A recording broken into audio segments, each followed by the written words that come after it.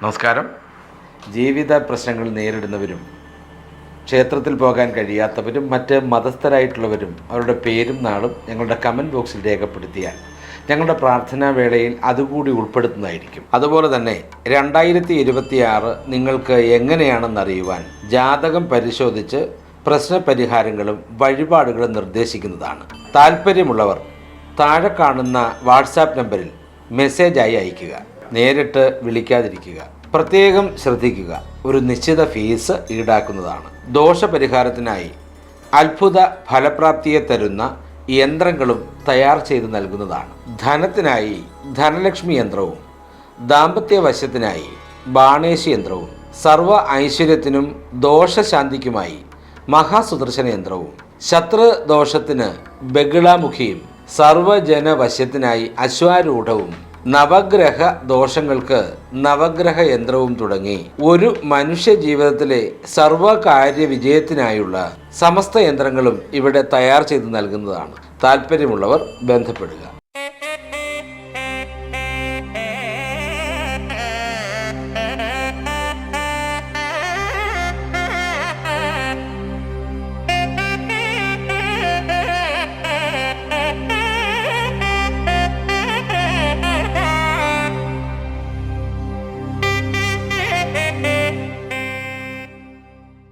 നമസ്കാരം. സുദർശന TV ചാനലിലേക്ക് സ്വാഗതം.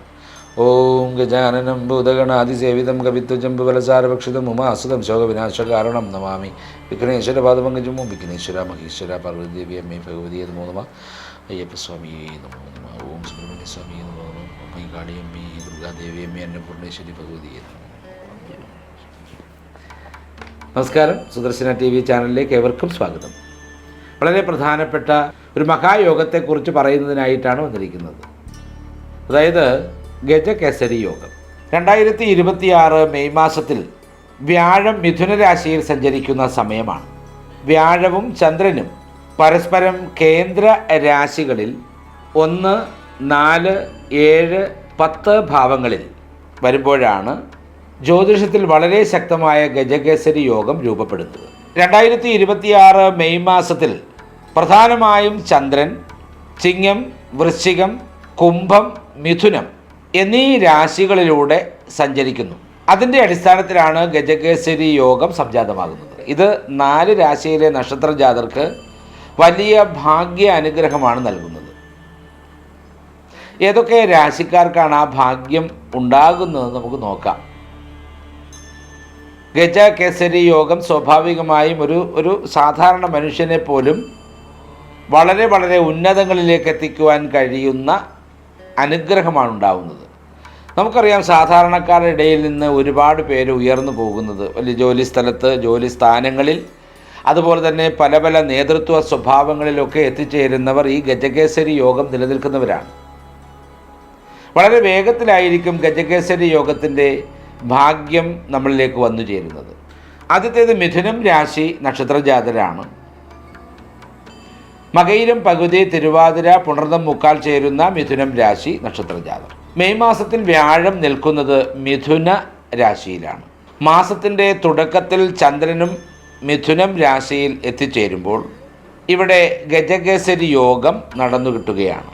ബുദ്ധിയും വിവേകവും വർദ്ധിക്കും. ഏർപ്പെടുന്ന കാര്യങ്ങളിൽ വലിയ വിജയം സിദ്ധിക്കും. സാമ്പത്തിക സ്ഥിതി വളരെ മെച്ചമാകും. മിഥുനം രാശിക്കാരെ സംബന്ധിച്ചിടത്തോളം വിദ്യാഭ്യാസ കാര്യത്തിലാണെങ്കിലും, കർമ്മ മേഖലയിലുള്ള പുഷ്ടിയുടെ കാര്യത്തിലാണെങ്കിലും, തൊഴിൽ മേഖലയിലുള്ള വിജയത്തിൻ്റെ കാര്യത്തിലാണെങ്കിലും, രാഷ്ട്രീയ നേതൃത്വ സ്വഭാവത്തിൻ്റെ വിജയകാര്യത്തിലാണെങ്കിലും ഒക്കെ തന്നെ നടന്നു കിട്ടുന്ന നല്ല സമയമായിട്ടാണ് ഗജകേസരി യോഗത്തിൻ്റെ അനുഗ്രഹം നിലനിൽക്കുന്നത്. തീർച്ചയായിട്ടും സൗഭാഗ്യങ്ങളുടെ ഒരു പെരുമഴ തന്നെയാണ് മിഥുനം രാശി നക്ഷത്ര ജാതർക്ക് വന്നു ചേരാൻ പോകുന്നത്. ഏറ്റെടുക്കുന്ന എല്ലാ വ്യവസ്ഥകളും വൻ വിജയത്തിലെത്തിച്ചേർക്കുന്നതിന്, വൻ വിജയത്തിലേക്ക് കൊണ്ടു ചെല്ലുന്നതിന് ഗജകേസരി യോഗത്തിൻ്റെ അനുഭവത്താൽ ഇവർക്ക് ഭാഗ്യമുണ്ടാകും. അടുത്തത് ചിങ്ങം രാശിയാണ്. മകം, പൂരം, ഉത്രം കാൽ ചേരുന്ന ചിങ്ങം രാശി. ചന്ദ്രൻ ചിങ്ങം രാശിയിലൂടെ സഞ്ചരിക്കുമ്പോൾ വ്യാഴവുമായി 3ാം കേന്ദ്രത്തിലേക്ക് എത്തിച്ചേരും. അതിൻ്റെ അടിസ്ഥാനത്തിലാണ് ചിങ്ങം രാശിയിലെ ഈ ഗജകേസരി യോഗം സംജാതമാകുന്നത്. ചന്ദ്രനും വ്യാഴവും സ്വാഭാവികമായി ചേരുമ്പോൾ ഉണ്ടാകുന്നതാണല്ലോ ഗജകേസരി യോഗം.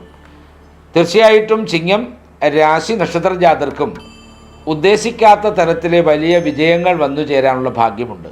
മത്സര പരീക്ഷകളിലെ വിജയം, ഇൻ്റർവ്യൂകളിലുള്ള വിജയം, തൊഴിൽ പരീക്ഷകളിൽ വിജയം നേടി റാങ്ക് ലിസ്റ്റുകളിൽ ഇടം നേടുക, അതുപോലെ തന്നെ വിദേശ രാജ്യത്തേക്ക് പോകുന്നതിനുള്ള പരീക്ഷകൾ പാസ്സാകുന്നതിനുള്ള ഭാഗ്യം കൂടി ചിങ്ങം രാശി നക്ഷത്ര ജാതർക്ക് ഉണ്ട് എന്നുള്ളതാണ്. ഭാഗ്യാനുഭവങ്ങൾ വർദ്ധിക്കുക, ദൂരയാത്രകൾ വഴി നേട്ടമുണ്ടാവുക, ആത്മീയ കാര്യങ്ങളിൽ വളരെയേറെ താല്പര്യം വർദ്ധിക്കുക, പൂർണ്ണമായും കുടുംബത്തിലും ദാമ്പത്യ മേഖലയിലും സൗഖ്യവും ശാന്തതയും ആഹ്ലാദവും ഉണ്ടാവുക തുടങ്ങിയതൊക്കെ ചിങ്ങം രാശി നക്ഷത്ര ജാതർക്ക് വന്നു ചേരുന്ന സൗഭാഗ്യങ്ങളാണ്. അടുത്തത് വൃശ്ചികം രാശിയാണ്. വിശാഖം, കാൽ, അനിഴം, തൃക്കേട്ട നക്ഷത്രങ്ങൾ ചേരുന്ന വൃശ്ചികം രാശി. ചന്ദ്രൻ വൃശ്ചികം രാശിയിൽ നിൽക്കുമ്പോൾ വ്യാഴം 8ാം ഭാവത്തിൽ നിൽക്കുന്നുണ്ടെങ്കിലും കേന്ദ്ര ദൃഷ്ടി ഇവ തമ്മിലുള്ള യോജ്യത്തിന് കാരണമായി തീരും. അങ്ങനെ ഗജകേസരി യോഗത്തിൻ്റെ അനുഭവങ്ങൾ പൂർണ്ണമായും വൃശ്ചികം രാശിക്കാരിലും വന്നു നിറയും.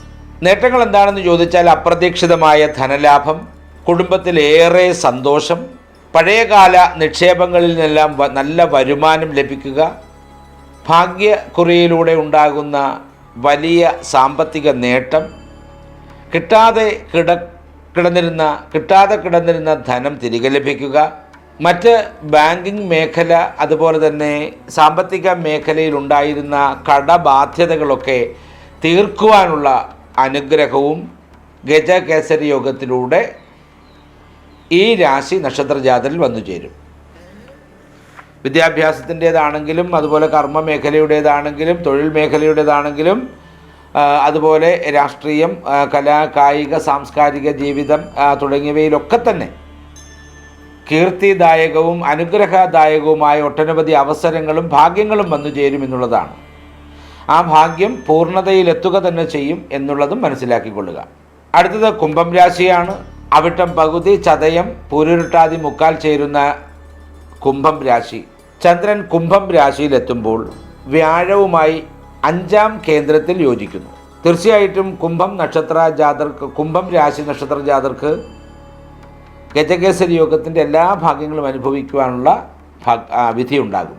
സന്താനങ്ങളിൽ നിന്ന് സന്തോഷം ലഭിക്കും. എന്നുവെച്ചാൽ കുംഭം രാശി നക്ഷത്ര ജാതരായിരിക്കുന്ന ആളുകളുടെ കുട്ടികളൊക്കെ വളരെ ഉയർന്ന തരത്തിൽ വിദ്യാഭ്യാസ യോഗ്യത നേടും. അതുപോലെ തന്നെ വിദേശ രാജ്യങ്ങളിലേക്ക് പഠനാവശ്യത്തിനായി പോകാൻ കഴിയും. അങ്ങനെ സന്താനങ്ങളിൽ നിന്ന് വളരെയധികം സന്തോഷങ്ങളും സൗഭാഗ്യങ്ങളും നേട്ടമായി തന്നെ നേടിയെടുക്കാൻ കുംഭം രാശി നക്ഷത്ര ജാതർക്ക് കഴിയും.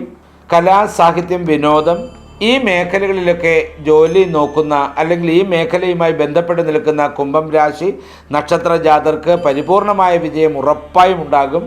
കലാ, കായിക, സാംസ്കാരിക, രാഷ്ട്രീയ, സാമൂഹിക മേഖലയിൽ അംഗീകാരങ്ങളും സമ്മാനങ്ങളും ഒക്കെ ലഭിക്കുന്ന ഒരു വർഷമായി തന്നെ 2026 കണക്കാക്കേണ്ടിയിരിക്കുന്നു. കുംഭം രാശി നക്ഷത്ര ജാതർക്ക് പൊതുവിൽ ഭാഗ്യാനുഭവങ്ങളുടെ ഒരു വമ്പൻ മഴ തന്നെയാണ് ഉണ്ടാകുവാൻ പോകുന്നത്. ഗജകേസരി യോഗം പൂർണ്ണമായും അനുഭവങ്ങൾ നൽകുന്ന രാശി തന്നെയാണ് കുംഭം രാശി.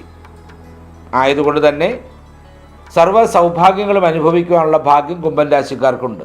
വിദ്യാഭ്യാസപരമെങ്കിൽ വിദ്യാഭ്യാസപരം, അതുപോലെ തൊഴിൽപരമായിട്ടുള്ളത്, വിദേശപരമായിട്ടുള്ളത്, കാർഷികപരമായിട്ടുള്ളത്, ഏത് മേഖല എടുത്തു നോക്കിയാലും കുംഭം രാശി നക്ഷത്ര ജാതർക്ക് വളരെ ഭാഗ്യദായകമായ അനുഭവങ്ങളാണ് ഗജകേസരി യോഗത്തിലൂടെ വന്നു ചേരാൻ പോകുന്നത്. പ്രതിസന്ധികളെ ധൈര്യത്തോട് നേരിടാനുള്ള ഭാഗ്യം ഗജകേസരി യോഗത്തിനിടെ ഉണ്ടാവും.